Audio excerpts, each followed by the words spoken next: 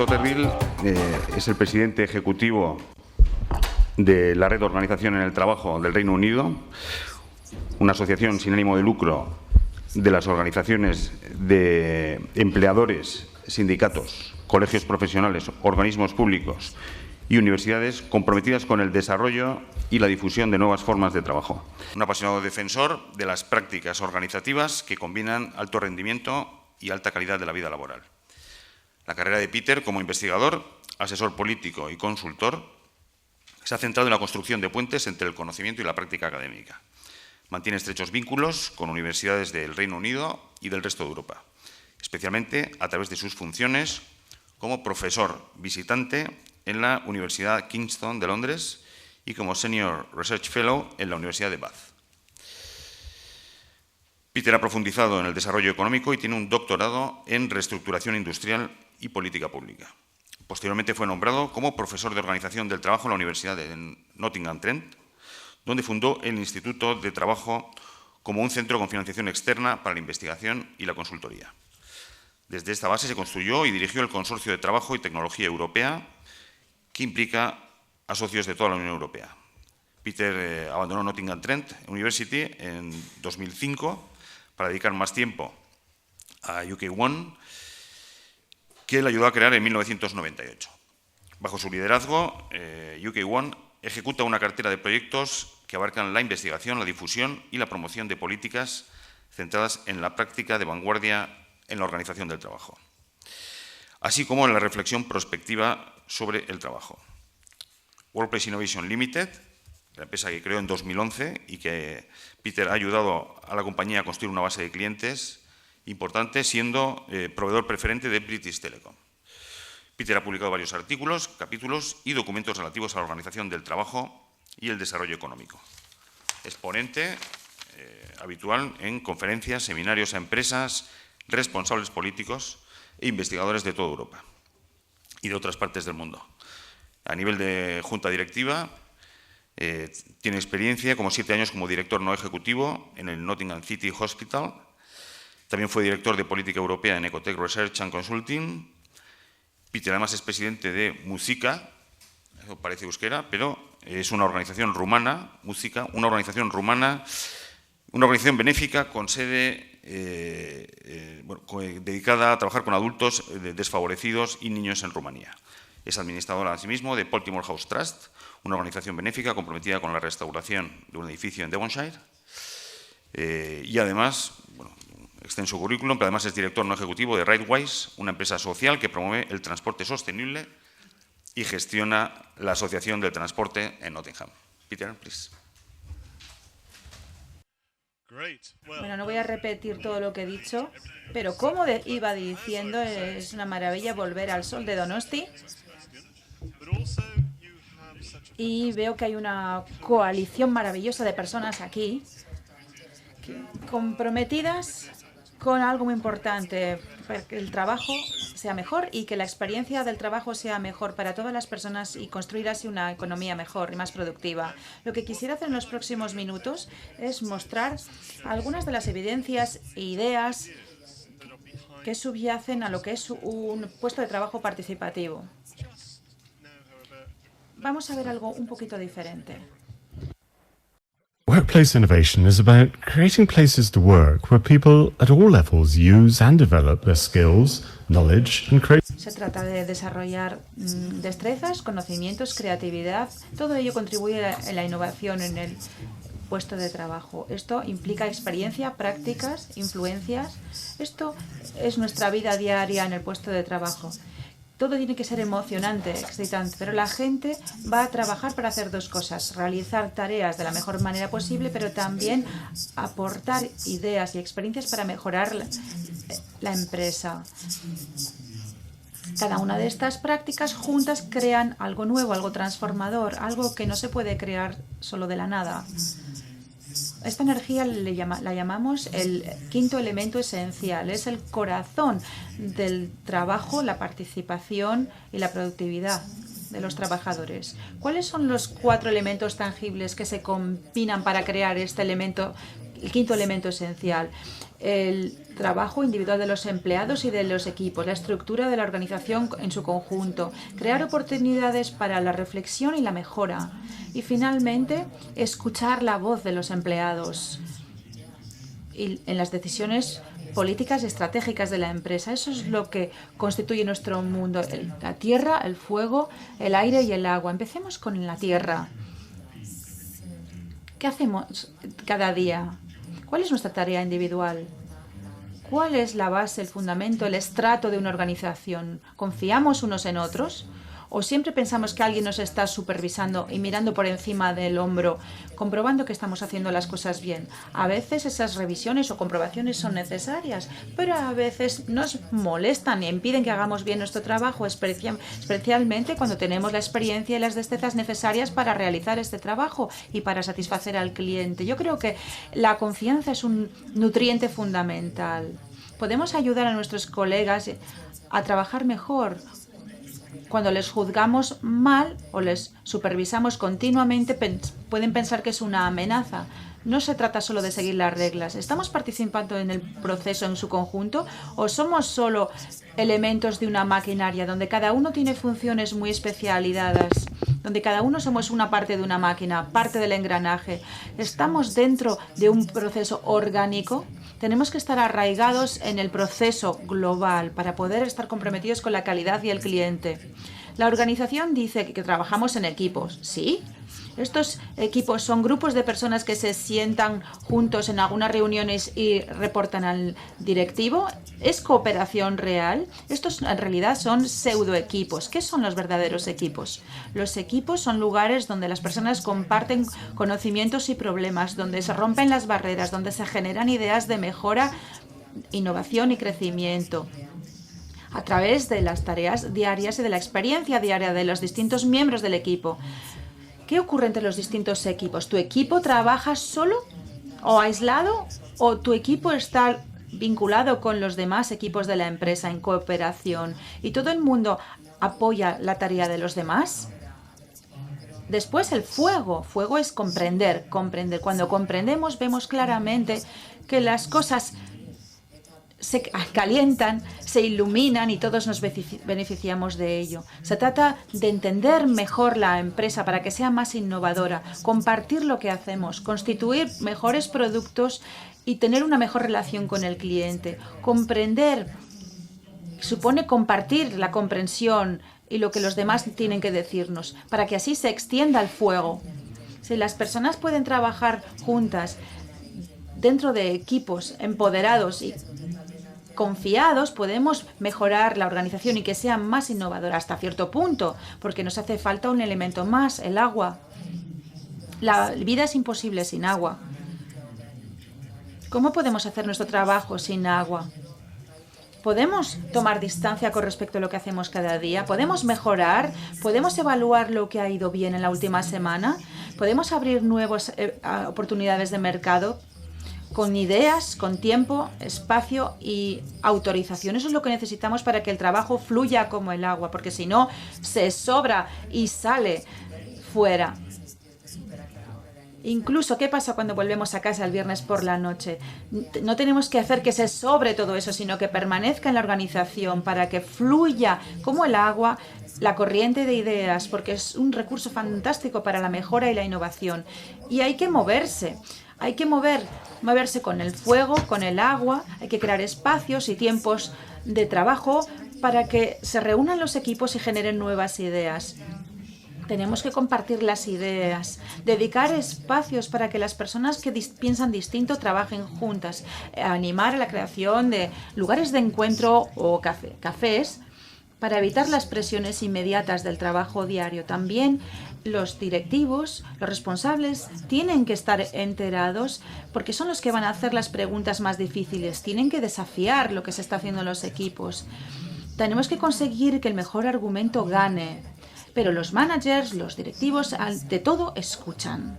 Otro elemento, el viento. El viento sopla, nadie puede pararlo. Tiene que ver con la apertura, la transparencia. Empecemos con los líderes y los trabajadores que trabajan juntos, asociados. En las organizaciones innovadoras, los líderes saben que pueden ser todos ellos líderes. Los líderes no tienen que ser heroicos y nunca pueden ser infalibles. Deben reconocer el trabajo y la valía de otras personas. Incluso las personas más inesperadas pueden tener la respuesta. Darles la oportunidad de pensar, innovar, generar, experimentar, cometer errores, sí. ¿Por qué no? Lo mismo ocurre a nivel de la junta directiva, en la dirección. No son solamente aquellos que toman las decisiones, necesitan pensar algo más y no solamente hablar de la hoja de cálculo, la cuenta de resultados. Los líderes tienen que tomar las decisiones estratégicas y operativas, pero tienen que abrir el diálogo para que participen todos. Abrir el acceso a los conocimientos y la información más importante de la empresa. Esto puede influir en los resultados. Está basada sus decisiones en la confianza. Los líderes distribuyen como el viento las semillas, las ideas, la confianza, la comprensión. ¿Y qué es lo que alimenta las llamas? El viento. Esto mejora las relaciones entre los empleados. Son situaciones de ganador-ganador para la empresa, foros de asociados donde los sindicatos, los representantes de los trabajadores y los directivos se reúnen para tratar temas importantes, para generar más apertura y confianza. La innovación en el trabajo es algo más que una iniciativa o un programa. Hace falta todos estos elementos en la organización. ¿Lo tenéis vosotros? Estos son los 4 elementos que reconocemos como fundamentales. Pero ¿cuál es el quinto elemento? ¿Cuál es el elemento que es la quintesencia? La quinta esencia de la innovación, algo que te lleva más arriba y más lejos, son las prácticas que se refuerzan mutuamente en toda la organización, donde se involucran todas las personas para que los empleados puedan trabajar dentro de una tarea, pero siempre en equipo, para aportar algo a la estructura, donde haya reflexión, mejora, donde se escuche la voz de los trabajadores. Esta es una organización innovadora, una organización resiliente, una plantilla involucrada, donde hay alto rendimiento. Este es el quinto elemento. Es el buzz, es el entusiasmo, es la ilusión, es el wow. No lo podemos describir.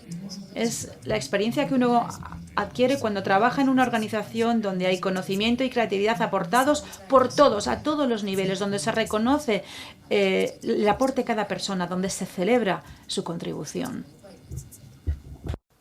Well, thank you. We had fun. Muchas gracias. Nos ha divertido mucho hacer ese vídeo. En la introducción habéis visto que el arte y el dibujo no forma parte de mis destrezas. He tenido que pedirle a un dibujante que nos ayudara. Pero quería que con este vídeo se pudiera transmitir el mensaje. Esto funciona y voy a mostraros cómo funciona en un momentito. Una pregunta, ¿por qué estamos aquí? No se trata de una cuestión existencial profunda. ¿Por qué estamos aquí para hablar de la participación en el trabajo? Cuando durante muchísimo tiempo hemos sabido que funciona.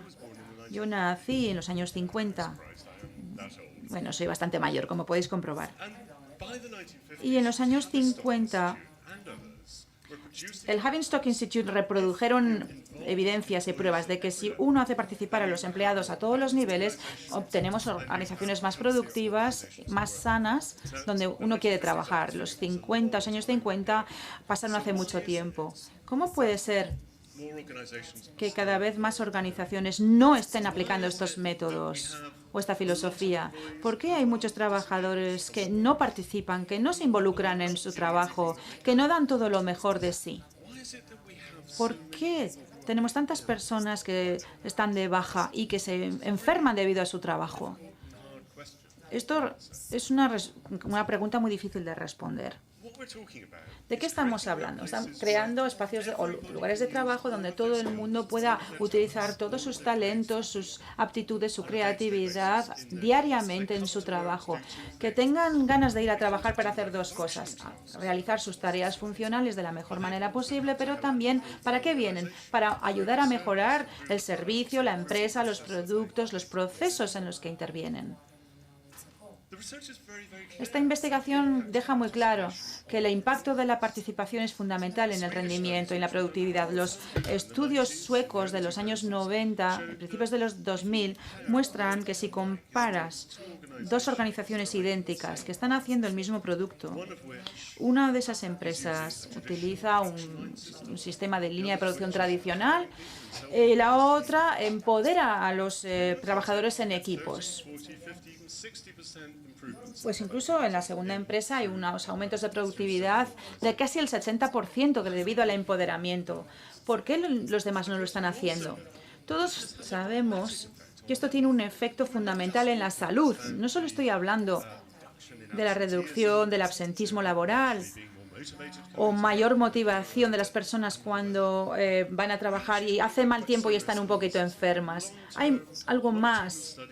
Los estudios llevan mucho tiempo realizándose y se demuestra que si estamos en una organización empoderada donde las personas tienen empoderamiento, el resultado es mucho mejor y hay menos bajas laborales, en lugar de trabajar en una empresa que está caracterizada por el mando y el control. ¿Cómo animamos a las personas y permitimos a las personas a participar? Es una cuestión de vida o muerte tanto para la economía como para las personas que trabajan en nuestras empresas y organizaciones. Y lógicamente aquí estamos hablando de Europa. Europa, una economía del conocimiento. No sabemos muy bien lo que significa, pero hablamos muchísimo de ello. La mayor parte de las innovaciones no se generan en laboratorios. No las hacen personas de bata blanca que inventan cosas. Un investigador es una minoría. La mayor parte de las innovaciones se producen con las interacciones de las personas, se generan entre las personas y en aquellas organizaciones donde hay empoderamiento de los trabajadores, donde podemos hacer las preguntas más difíciles, donde podemos preguntarnos ¿por qué lo estamos haciendo así cuando en realidad podríamos mejorarlo y hacerlo de otra manera? Si nos tomáramos en serio la economía del conocimiento, utilizaríamos el conocimiento de todos los trabajadores de nuestras organizaciones.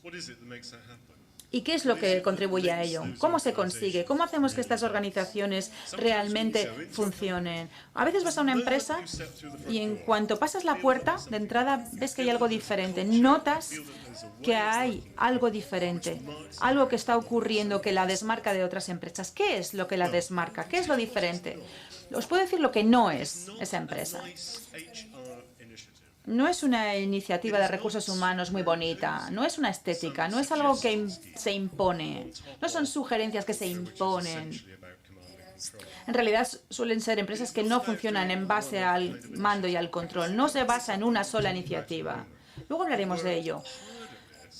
Las empresas han trabajado mucho, de forma muy sistemática, para mejorar todos sus procesos, todos sus sistemas, todas sus maneras de trabajar.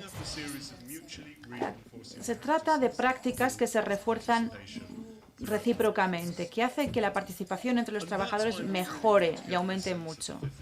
Llegamos al quinto elemento. En parte, ¿qué quiere decir? Los investigadores están haciendo una tarea maravillosa desde hace 60 años y muestran que la participación funciona en una organización, pero démonos cuenta, los académicos, los investigadores no son buenos para persuadir a los demás académicos e investigadores, no. Y a las demás personas tampoco, no nos pueden convencer. Se trata de encontrar el modo de mostrar al resto del mundo cuál es el secreto que hemos conocido desde hace tanto tiempo y que sí funciona. Pero hay que demostrar que hay que ver a las empresas como sistemas completos. No podemos intervenir solo en una parte de la organización y esperar que se genere el cambio por sí solo. El resto de la organización desarrolla anticuerpos e intentas crear participación en una parte de la empresa, pero no se extiende al resto.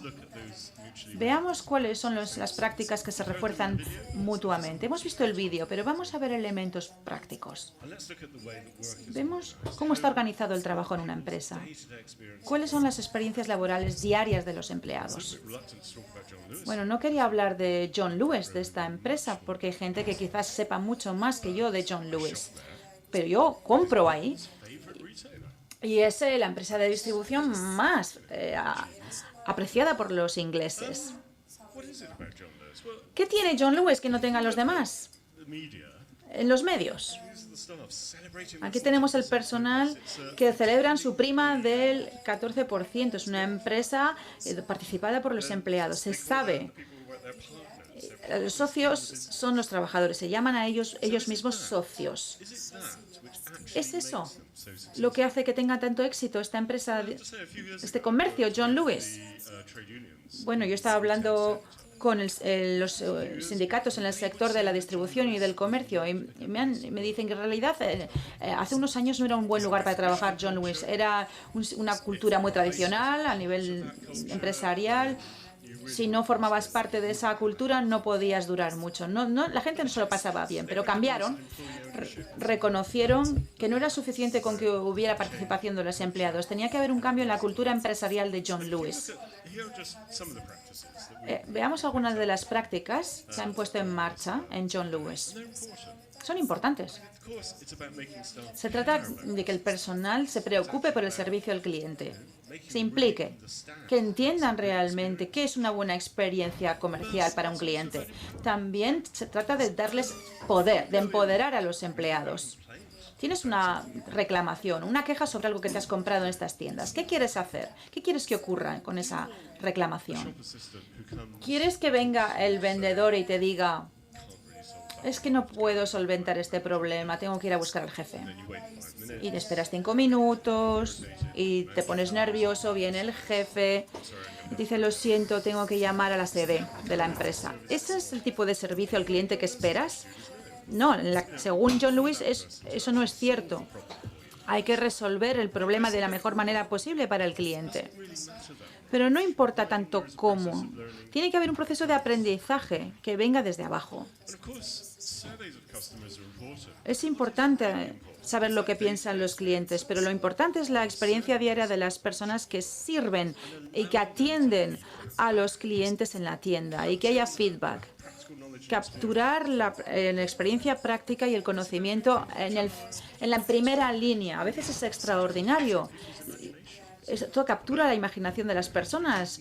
Tiene que haber feedback sobre lo que quieren los clientes y que esto entre directamente en el proceso. Este es solo un ejemplo de John Lewis.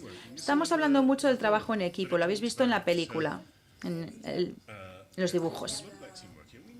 Sabemos que los equipos son muy poderosos, son impresionantes porque sirven para mejorar la productividad y para generar más calidad de vida entre las personas. Pero es muy difícil en la realidad que un equipo funcione bien. ¿Por qué?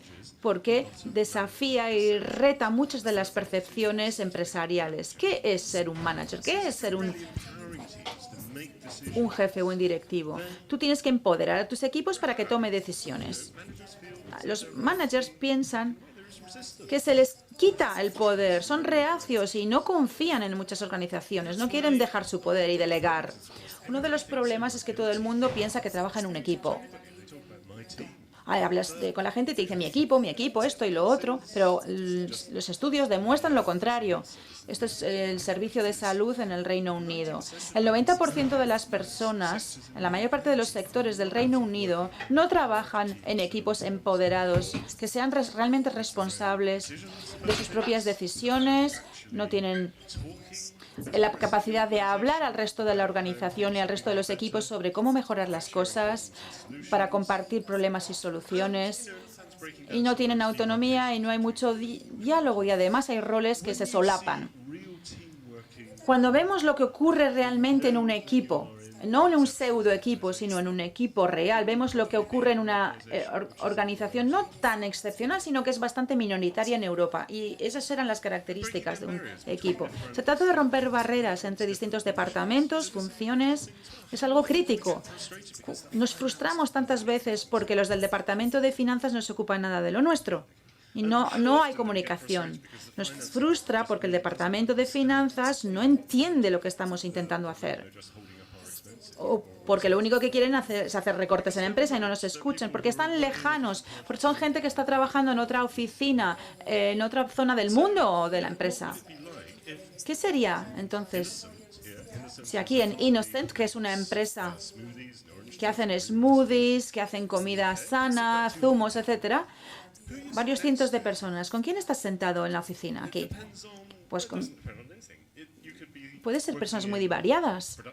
Gente que está en el departamento de producción puede estar sentado al lado de alguien que está en recursos humanos o alguien en producción. Mezclando los equipos, mezclando las personas, entendemos mejor las funciones y tareas de cada uno, escuchando las conversaciones de los compañeros de trabajo, pero que no están en tu mismo departamento. Mezclando a los empleados, podemos entender mejor lo que hacen. Se trata de construir una organización completa, no solo una serie de departamentos fragmentarios. Y aquí tenemos otro ejemplo. Princeton.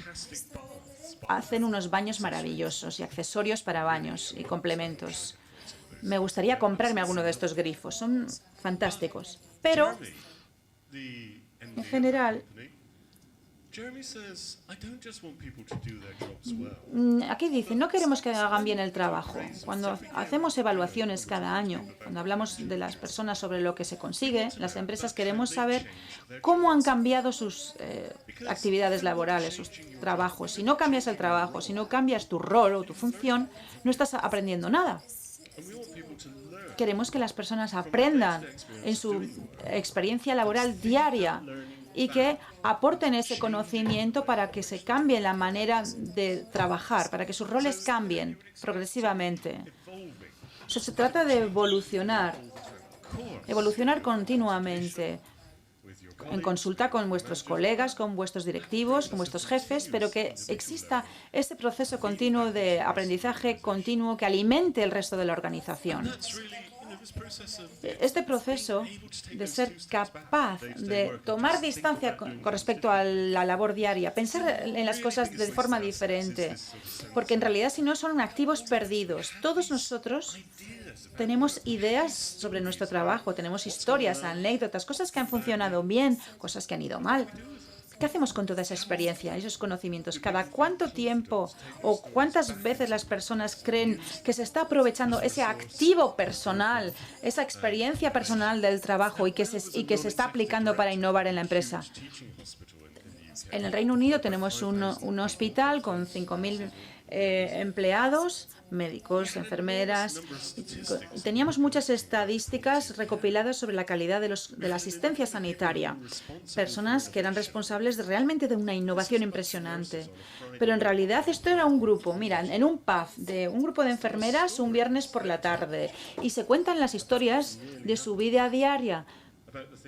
Cosas que han aparecido en las estadísticas del estudio que realizaron en el hospital. Los éxitos, los fracasos, el problema que toda esta experiencia de estas personas no estaba en las encuestas. No podemos hacer funcionar una empresa por medio de una hoja de cálculo en Excel o de una cuenta de resultados. Hay que escuchar lo que dicen las personas, lo que se cuentan unos a otros y aprender de todo eso. La dirección, los consejos de administración tienen que demostrar humildad y bajarse del burro para ir a escuchar a las personas en su vida diaria. Otra empresa, Innocent, los que fabrican smoothies y zumos de frutas. Si trabajas para Innocent, estás al 70% seguro que puedes tener una buena idea y que esa idea la vas a comunicar y la puedes trasladar a la práctica. No necesitas que nadie te autorice. Tú tienes que tener los recursos para ponerla en marcha, convences a la gente que te puede ayudar y te ayudan a ponerla en marcha. ¿Cómo se puede medir ese 70%? ¿Cómo no sabes que no es el 69%? Bueno, era una pregunta estúpida, porque ellos funcionan de otra manera. Confían. Si tienes el 70% de conseguir que una idea funcione, te van a apoyar. Tienen que confiar en ti, pero la condición es que compartas tus conocimientos y que los demás aprendan de ti. Otro ejemplo, tenemos el Met Office, que es la oficina de meteorología en Inglaterra. Es una empresa muy tradicional, mucha gente con doctorados, muchos departamentos muy centrados en los algoritmos meteorológicos. No sé lo que es muy bien todo eso, pero lo hacen. Gente no muy sociable, pero gente agradable. La política está cambiando en esta agencia de meteorología. Tienen un sistema muy de emprendizaje. ¿Cómo se hace para que haya emprendizaje? Tenemos distintos departamentos, pero aquí es diferente. El personal tiene las ideas que necesitamos para que nosotros, Agencia de Meteorología, seamos una organización donde haya más espíritu de empresa, más emprendizaje, para que ya no haya tanta burocracia, sino que sea una verdadera empresa, en el sentido de emprendizaje. Han creado espacios, oportunidades, para que las personas puedan tomar distancia con respecto a su labor diaria y puedan generar ideas. Los departamentos se mezclan, hablan entre ellos. Antes estaban estancados, compartimentalizados, y ahora están intercambiando sobre nuevas maneras de hacer las cosas. Han creado situaciones nuevas. Situaciones donde se pueden reír, donde se pueden inspirar de los demás, donde hay una sensación de juego, de diversión, y la verdad es que han tenido mucho éxito después de este cambio.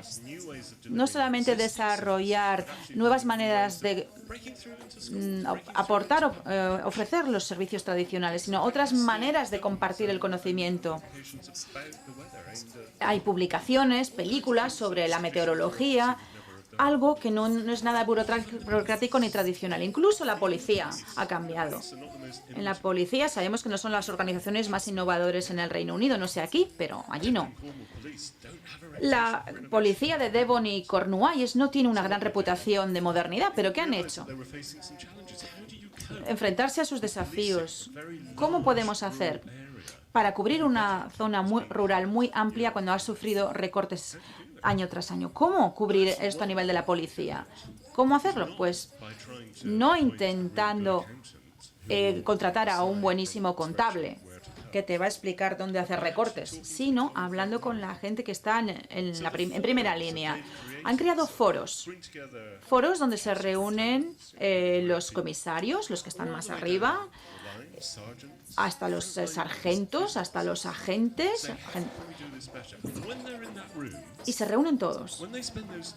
Pasan 2 horas juntos y dejan sus rangos fuera de la sala, dejan su estatus, su rango de policías fuera de la sala y se mezclan. Esto ha sido una idea muy buena. Olvidarse del rango. No hay jerarquía. No es la fuerza de la jerarquía, sino la fuerza de los argumentos.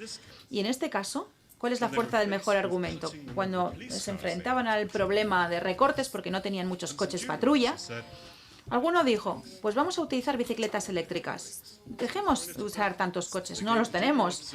Entonces a los agentes les han dado la tarea de evaluar el proyecto de las bicicletas eléctricas y a funcionar. Es un pequeño ejemplo, pero es un cambio cultural enorme para un comisario o para un jefe de policía. Puede ser el agente más novato el que te dé esa idea formidable. ¿Cómo podemos co-crear la innovación entre todos? A veces hace falta personas nuevas que entren en una empresa y que inicien estas conversaciones. Facilitadores, sí, pero hay que asegurarse que realmente lo estén haciendo, que sean los facilitadores que abran una conversación, pero que no sean ellos los únicos que hablen. No hace falta gorilas, sino facilitadores. Hace falta personas que estén empoderadas para hacer las preguntas adecuadas. ¿Cómo podemos mejorar? ¿Por qué hacemos las cosas así? Gente que rompa los muros y los techos de las empresas y que haya juntas personas muy diferentes, una extraña combinación de personas para que puedan generar nuevas maneras de pensar las cosas. En el sureste de Inglaterra tenemos esa oficina de meteorología, esta agencia, donde contrataron a voluntarios con un poco de formación. Eran personas voluntarias que decían, yo quiero aportar mis ideas. De ideas que a mí me surgen en casa y empezar a compartirlas con otras personas, iniciar conversaciones. Son guerrillas de facilitadores que han entrado en esta agencia. Pero todo empieza por el liderazgo. Conocemos este tipo de liderazgo, ¿no? George Washington, que cruza el río Potomac y les va a dar a los ingleses, a los británicos, un palo, porque era la batalla de su vida. Esta es la mirada del líder, mira hacia adelante. Y todos los demás están trabajando y remando, no él. Y los caballos se quieren ir para casa, no quieren cruzar el Potomac. Parece muy profundo y peligroso. Este es el liderazgo tradicional. Es un modo de liderazgo. Hay universitarios aquí, gente de la universidad. Hace un tiempo estuve en Lituania y me decían, sí, en la universidad este es el tipo de liderazgo que nos enseñan, no hay otro. Bueno, no funciona, ese es el problema. Lo que realmente funciona es un liderazgo que abre espacios para otras personas, para que lideren varias personas. Por muy bueno que seas, por muy bueno que sea el director ejecutivo, el gerente, no puedes hacerlo todo, no puedes decidir sobre todas las cosas. Y a veces es muy sorprendente ver lo que las demás personas pueden aportar. Personas sorprendentes que te indican cosas mejores para la empresa, modos de actuar mejores. Si les permites hablar, los talentos de una organización van a poder aportar mucho. Eso es ser un líder hoy. Hay que tomar distancia con respecto a tu puesto y decir, yo no soy la persona más indicada para hacer esto, porque no lo sé todo. Si tú permites que los demás se preocupen por los problemas, te van a ayudar a ti como líder. Vas a poder vender mejor esa solución porque viene de abajo, porque viene de la base de la gente que está en primera línea de la empresa. Esto es Bombardier, los que fabrican trenes en Flandes. Edwin van Leeuwenhoek es el director ejecutivo de esta empresa, también en el Reino Unido ahora. Tiene un modo de funcionar muy abierto. Lo primero que hizo al entrar en Bombardier es decir, esta empresa tiene problemas. Voy a hacer que los sindicatos vengan para que nos ayuden a resolver los problemas juntos.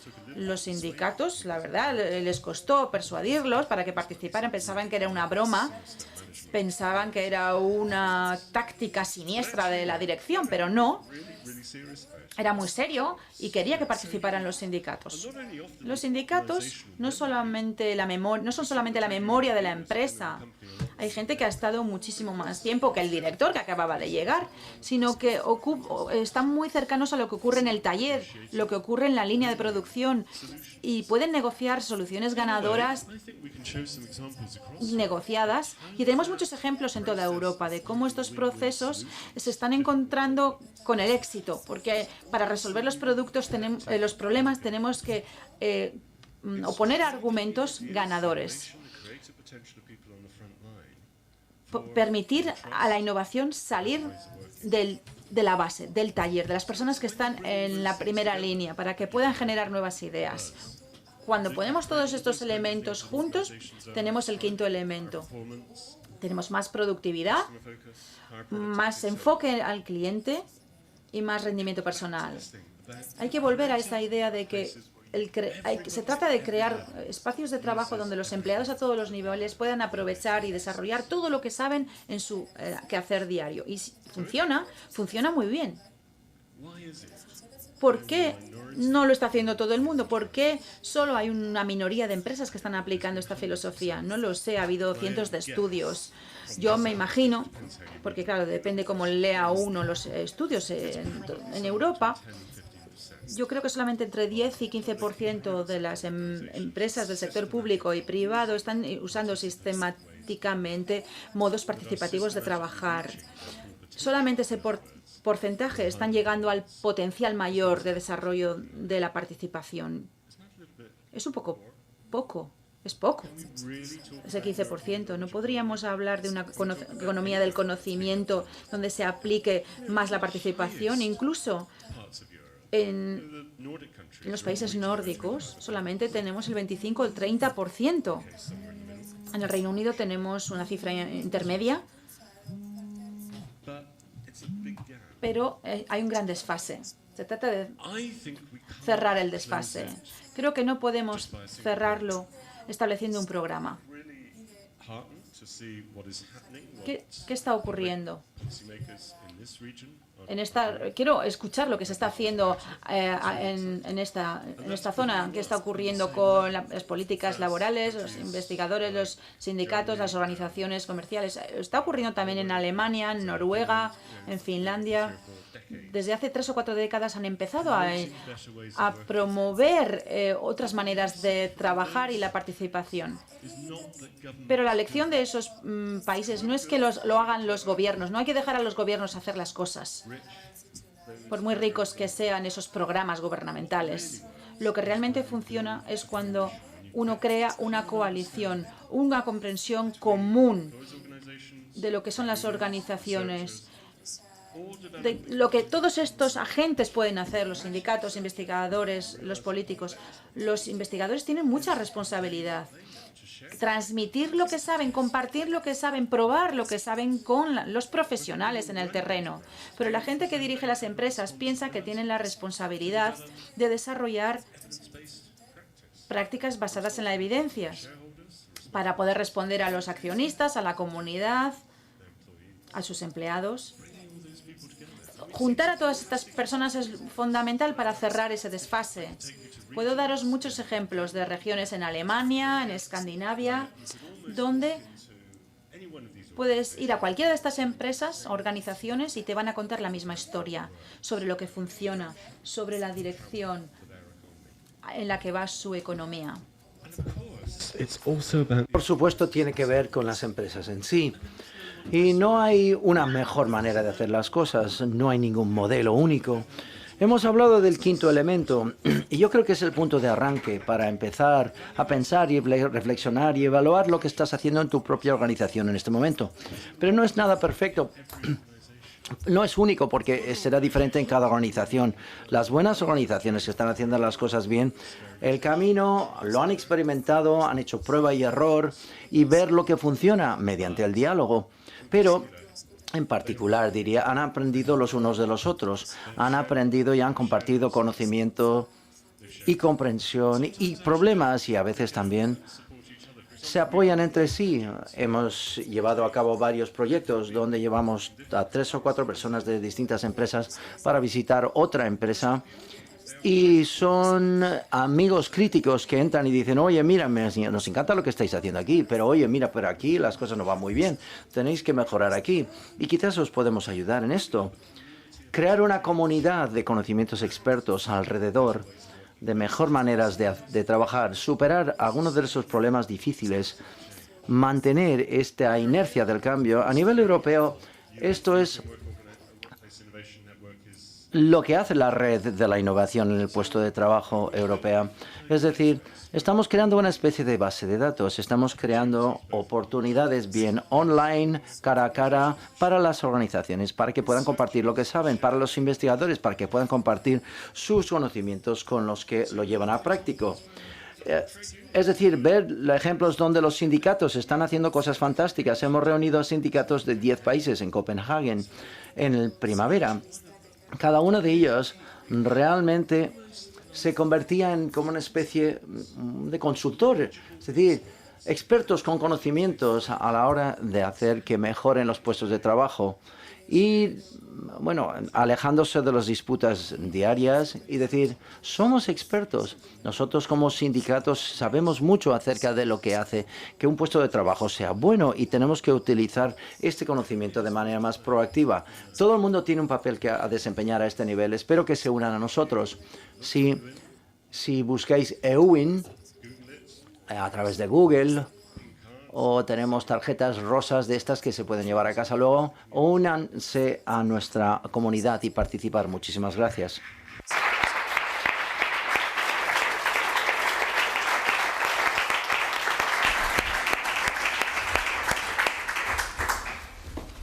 Thank you, Peter. Gracias, Peter. Abrimos un pequeño turno de preguntas sobre la intervención de Peter.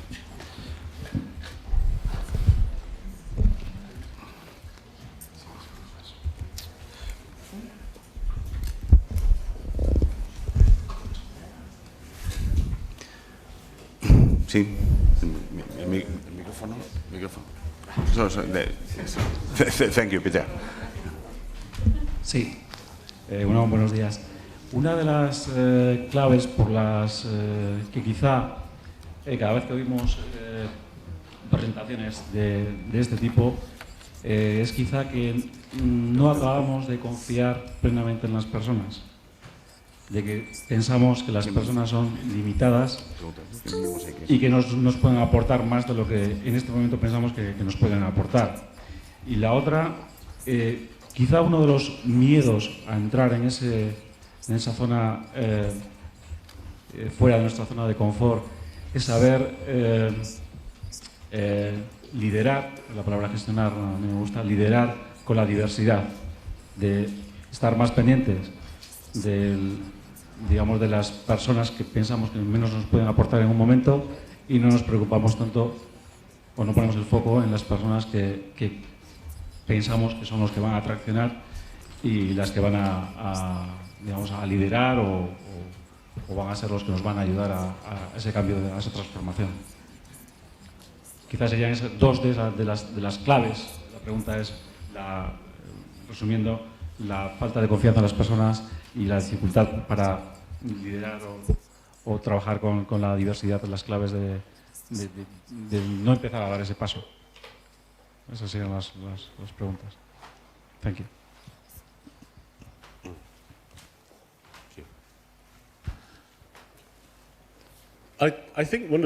Creo que una de las cosas que escuchamos muy a menudo de las personas dentro de las empresas es que, bueno, mis trabajadores vienen a trabajar, bueno, quieren volver a las 5 de la tarde de trabajar a su casa y eso es lo único que quieren hacer. No quieren contribuir ideas, no quieren implicarse, no quieren esa responsabilidad extra.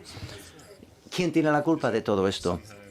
Es que has nombrado a trabajadores que genéticamente son incapaces de tener nuevas ideas, de pensar, de reflexionar sobre las cosas, o es que es así como es su experiencia, es decir, su experiencia de su carrera de trabajo, como han trabajado todos durante toda su vida. Lo que me sorprende es que cuando creas esas oportunidades en el puesto de trabajo, que la gente que dé 2 pasos atrás de su trabajo diario y pensar de verdad, hay pocos trabajadores que no se les ocurran ideas que dirán, oye, hay una mejor manera de hacer las cosas aquí. Y a veces es la gente más sorprendente que tiene las mejores ideas. Pero tú también tienes que ser creativo en cuanto a cómo implicarles. Tenemos un caso fantástico, un director gerente de una empresa constructora que decidió lo siguiente. Dijo, bueno, vale, quizás hay unas ideas en nuestra fuerza laboral, pero tenía 1000 personas, reunió a 1000 personas de sus trabajadores una tarde en un lugar, igual que esto, y se puso aquí arriba en el escenario y dijo, vale, yo creo que quizás tengáis unas ideas para mejorar los negocios. Levantad la mano si tenéis una idea. Ahora bien, bueno, la gente mirando a sus pies y digo, espero que no me elija a mí. Es increíble. Tienes que ser mucho mejor que esto. Tienes que buscar maneras divertidas de hacer esta tarea. Podemos hablar acerca de esto todo el día, pero ese es el truco.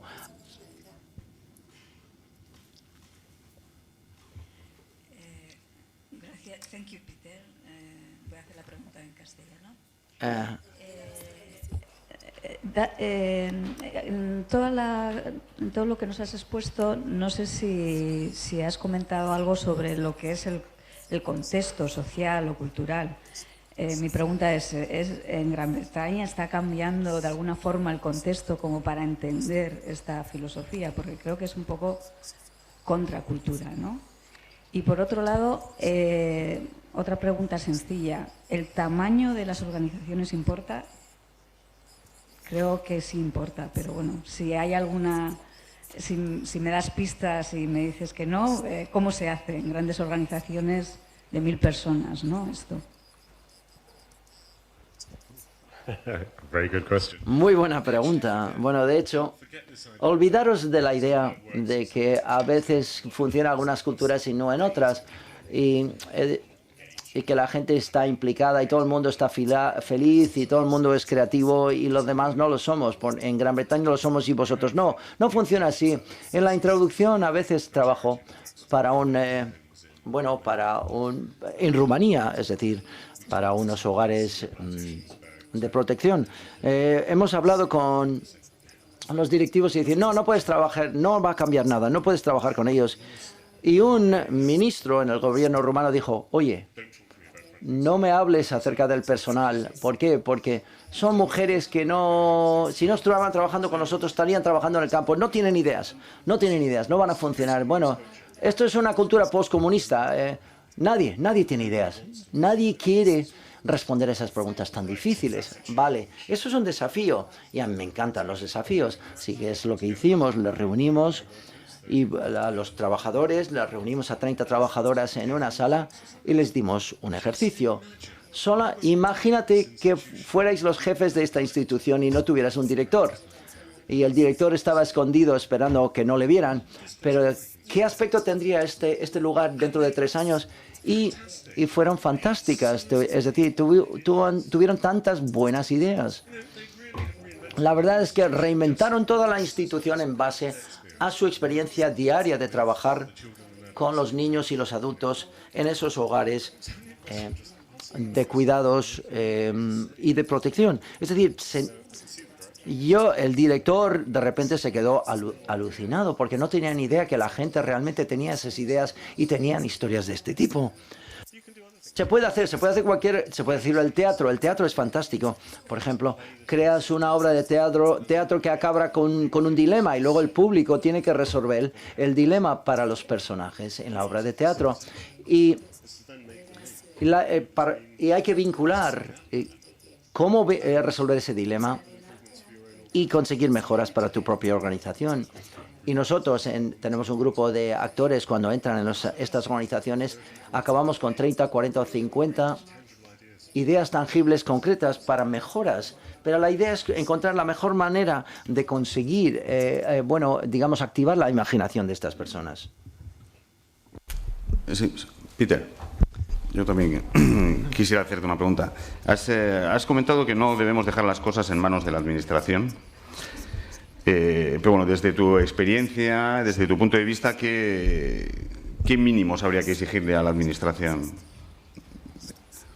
en el ámbito de la innovación organizacional y la participación? Excelente pregunta. No dejarlo en las manos de la Administración. No decía quería decir que la Administración no hiciera nada. No, yo creo que lo que hay que ser es empresarios, que el personal salga de sus y que mantenga conversaciones. Cuando los políticos y que toman decisiones políticas querían hacer algo diferente, cuando querían conseguir algún objetivo, fijaron ciertos objetivos y digo, vamos, tantas empresas van a atravesar estas empresas y conseguir cierto nivel de acreditación o fuera lo que fuera.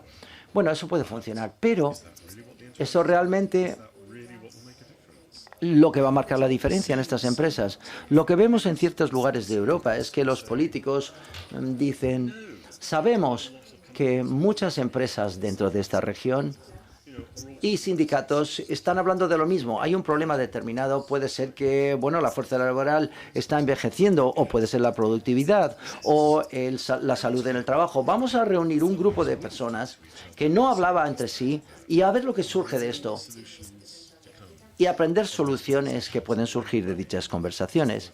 Y dejar que el dinero siga las soluciones a través de esas conversaciones. Es otra manera de hacer política, pero yo creo que es muy emocionante. Si tú eres uno de las administraciones públicas que estáis empezando a hacer este proceso, por favor, vendremos a ver cómo lo hacéis y haremos un caso específico acerca de lo que habéis hecho.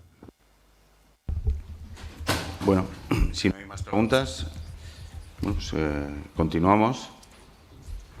Thank you very much, Peter.